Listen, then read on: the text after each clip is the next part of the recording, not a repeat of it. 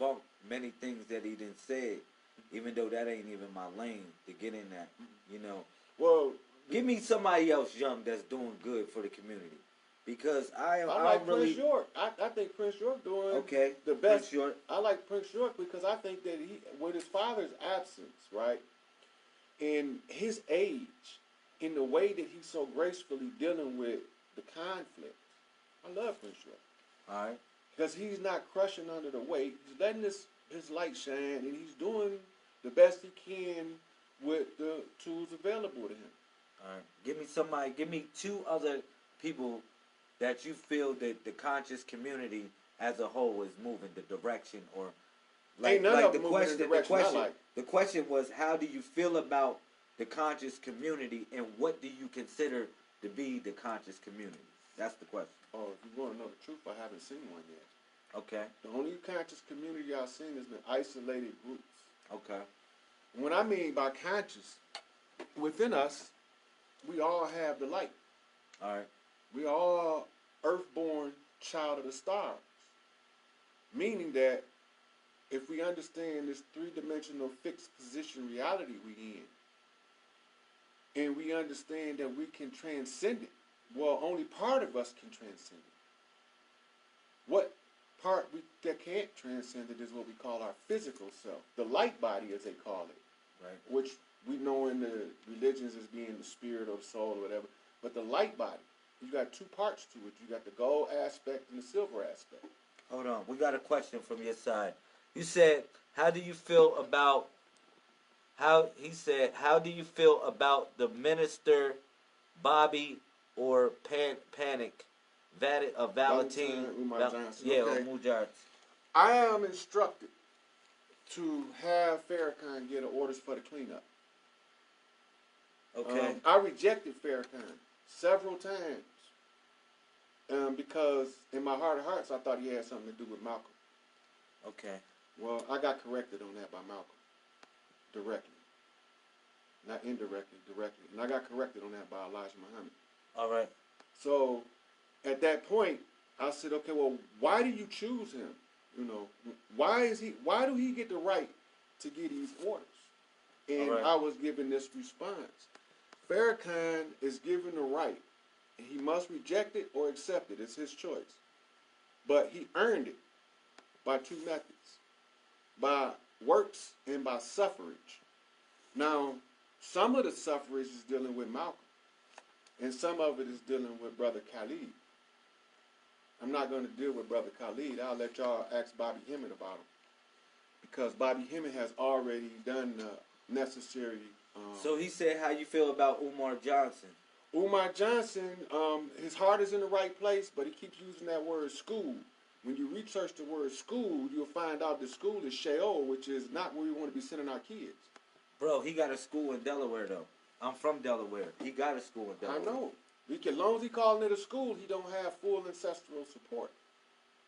All he got to do is change the name from school to anything else. University, I respect that. Training center. I respect that, but if let's say this, right? It's about vibration. Yeah, let's say this. You go through hell is you think about what's heaven and hell. You know, heaven is the thing people want it to be. People, that's their life or how they see a perspective. But hell is the things that you go through, in a sense. You know, we all go through hell to teach us a certain lesson in life to make us better. That's the being baptized in the fire. So I really don't have a problem with the word Sheol or school. You know what I mean? Even though I respect your stance on that. Only reason I don't have a problem. Only reason why the school is an issue. All right, go ahead. All right. But I'm from Delaware, and he has a school in Delaware. I seen when he got it. He would have been got it. I'm from Delaware. Now, if you go back to January, he came to Detroit last year, January 2018. Okay. And at the end, we did a meet and greet, and he was taking pictures and everything. And I gave the brother what they call ancestral roll call. That's not to be taken lightly. All right. But he didn't understand what was taking place. There was his so why did you give him an ancestral roll call? Because the ancestors told me to. All right. Not that it had nothing to do with me. All I can do is follow the instruction. All right. Like, I can't make the brother do the stuff the way the ancestors want him to, but I can inform him. Stop calling it a school and then to take off faster. All your progress will speed up. Because the school is the old energy. It's about energy exchange. See, Brother Omar Johnson, you got to think about this. He doesn't really represent one stance. He's in Pan-Africanism. He's into that type of... That's his stance. I'm not against Pan-Africanism. Okay. I respect that. I'm not... Even though we get down to the nuts and bolts, right? Where we at now is we about to find out what all of this suffering that the falsely called slaves who was POWs went through and what it was about and what it was for, which I can't go into the full breakdown right here because I have to first get a ministry opportunity to either accept or reject the right to the orders for the cleanup. All right. As far as the brother asked also about Brother Bobby Hemmett, he give his references. You can't say nothing else. He give his references. He give you source material to verify what he's saying, so you don't have to just accept him, you know. And when a person does that, you have to respect that, even if you don't agree with him or don't like him. You have to respect it. Right. You know. But brother Bobby Hemmett is about 85% accurate in his information, from what I can gather, from what I've seen. He's about 85% accurate, and that's kind of odd because I don't see anything that would lead me to where he got his, who was instructing him. So that's direct ancestral instruction for him to be that accurate. In this reality, if you are like a regular person, you're only 50% accurate anyway. All right. I got another question. I want to shout out to everybody that's on Rod's channel. Shout out to everybody that's on my channel. You already know what it's hitting for. 747, 24/7, 361 degrees. All right. So I got another question to ask you, bro. You was talking about some totems earlier. You was in reference to a totem and how you feel about a totem and what is a totem. That's when we was talking privately. Yeah. All right. Can you please tell the people what is a totem? All right. Okay. In the human, when we was first put together, if you follow us through the fetal development, you'll see where we touch on all aspects of different animals and whatnot. The totem, the animals have different qualities that you recognize as noble qualities. Right. All right. Now, in the animal, we recognize them as noble quality, and we call them noble metals atomically, platinum metals. In the totem system, the goal is to find the best aspect of that animal. Like, for instance, the panthers, the leopards, the priest animals are normally they protectors, but they protectors using the methods of spiritual warfare. So with like, all right, I don't want to confuse people. I mean, like, let's say I don't know what you talking about in reference to totem. I don't know what it means. I'll probably look it up in the dictionary and I say, oh, whatever. Right. I'm just new to the study of this. Mm-hmm. It's a symbol. All right, it's a symbol. Okay. That represents qualities. Okay. And we find these qualities. Okay, let's take my totem is a gorilla. All right. When you know what the gorilla stand for, the silverback being your totem is a gorilla. My totem. I don't want nobody to get all like, yo, he's down with the gorillas. He's down with 50 Cent in them. The G Unit. Well, I don't want him to think you down with G Unit or nothing like that. No, I'm not down with G Unit. What do you mean by the gorilla and the power of the gorilla in reference to the totem? Okay, in the totem world, all right, or pre-religion, we go to the totem world when we get pre-religion. The totem is a symbol that represents this clan, and this symbol has noble qualities, as I already mentioned. All now, right. In the case of the gorilla, it's patience, it's family, it's protection. Okay. Those are the main three. You got a lot more. Patience, family, and protection. That's the gorilla. All right. So now, when I say that the gorilla is my totem, that means that I gotta strive to exercise patience in dealing with others. All right. I have to always be prepared to defend my clan. Okay. And to protect them with my own blood. I respect if that. need be. So the gorilla being my totem, if I see danger coming in my family, I'm automatically gonna spring into action. All right. Now, in a non-hostile environment, the gorilla is like more relaxed, laid back, cool, mellow, chill. Because there's no threat. So there's no reason to be up in arms. So how do gorillas decide who's the leader? The gorillas decide the. I mean, because somebody might be into that and be like, if that's your totem, do they got to get into a fight with you to decide? Yep.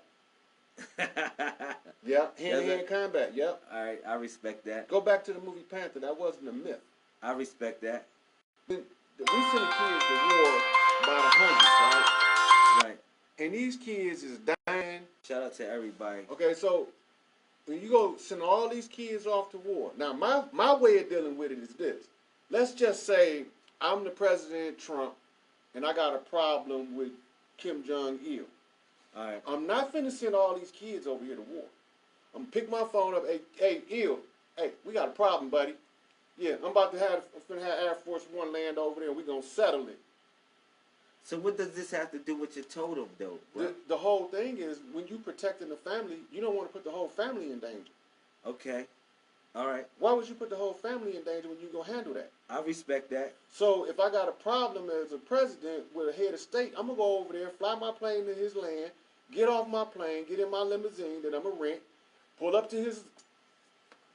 I'm just saying, what does this have to do with the totem? You asked me. Yo, you tripping out, dog. No, you asked me. Just go back to your question. You said, hold on, how do you? What is your totem? And we already did that. All right. The last question you asked. All right, go ahead. The last question you asked was, if somebody wants to take the power, how they gotta come get it. I'm telling you how they gotta come get it. I respect that. So instead of sending my whole clan to war, if I can go handle that by myself, I'm gonna go handle that. All right. That's the gorilla way. Okay. Okay.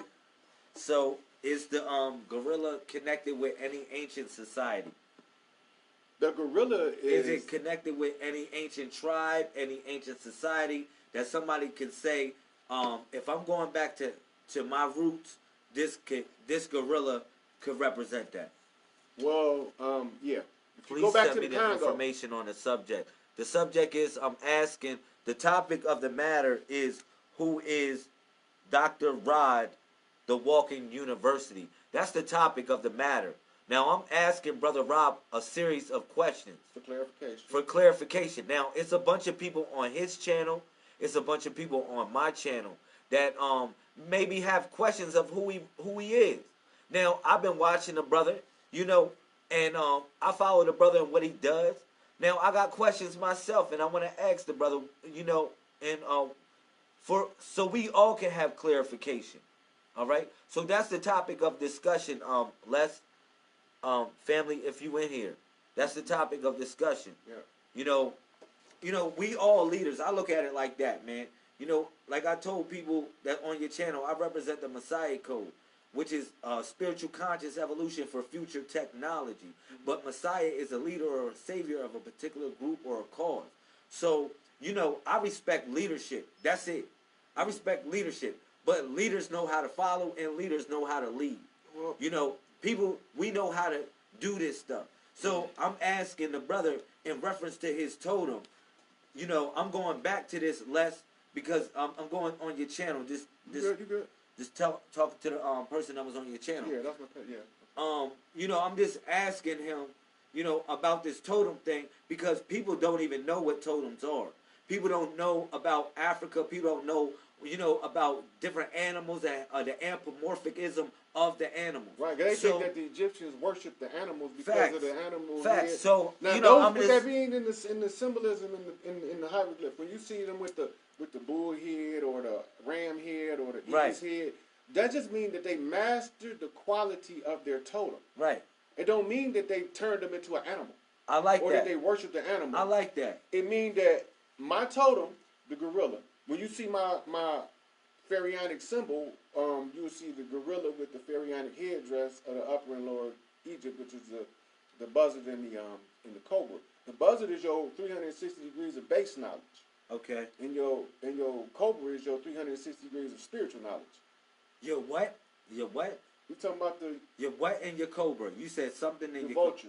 The vulture. The vulture is base knowledge. It's your base knowledge. Your knowledge of the carnal three-dimensional fixed position. Why would you say the vulture is that? When the vulture is a sky figure.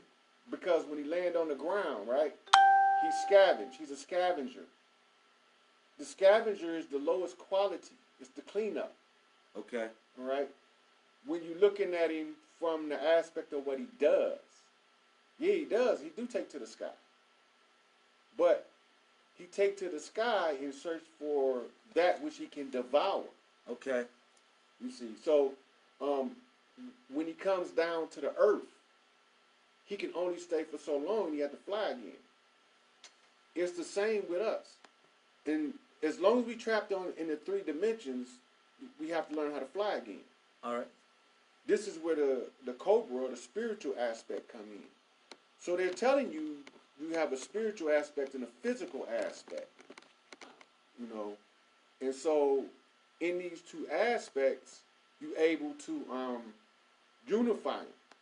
This is what they call the unifying of the Upper and Lower Egypt, the 2 crowns, which is symbolized as the gold cord and the silver cord, or they call it in India the Kundalini rising.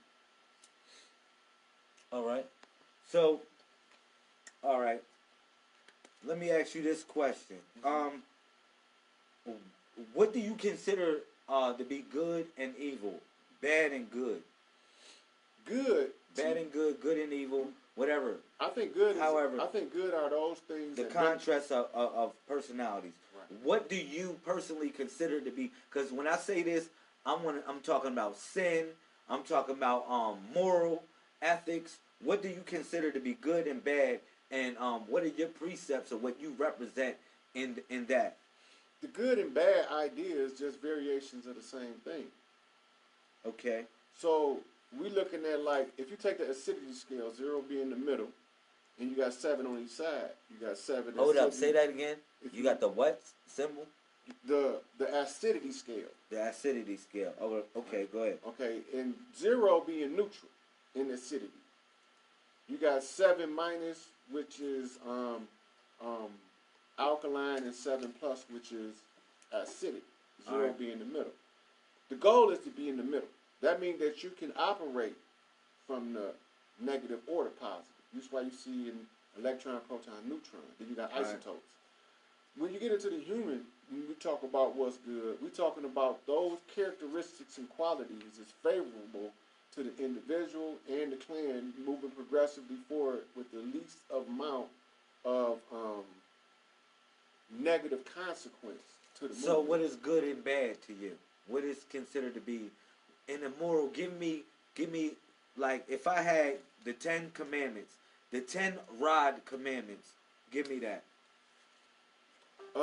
Because I'm saying good and bad. I'm asking it just because if I'm dealing with you and I'm in a circle with you, right? And we in a circle with each other, yeah. I want to know what is good and bad, because something good to me might not be good to you. Mm-hmm. Something bad to you might not, you know what I mean? Vice versa. So give me your 10 commandments. Your 10 commandments. I like this one for the first one. Love thy neighbor as thyself. Love your neighbor as yourself. Okay. Okay. Another one is family first. Family first. I like that one. Remember that your child is the future of this world. All right. So you teach them as best you can. Okay. Remember the child. Remember the child. Raise the child. Okay. Raise the child. Go ahead. We had number 4. Come on. Number 4, the golden rule. Treat everybody how you want them to treat you. All right. That was love thy neighbor as thyself. That's 2 different things. Just because you love them don't mean you're going to treat them well. Okay. I respect that. Treat people well. I respect that. All right, give me number 5. Give me number 5. Come on. We're halfway there. Yeah. The 10 rod commandments. Yeah. Number 5 would be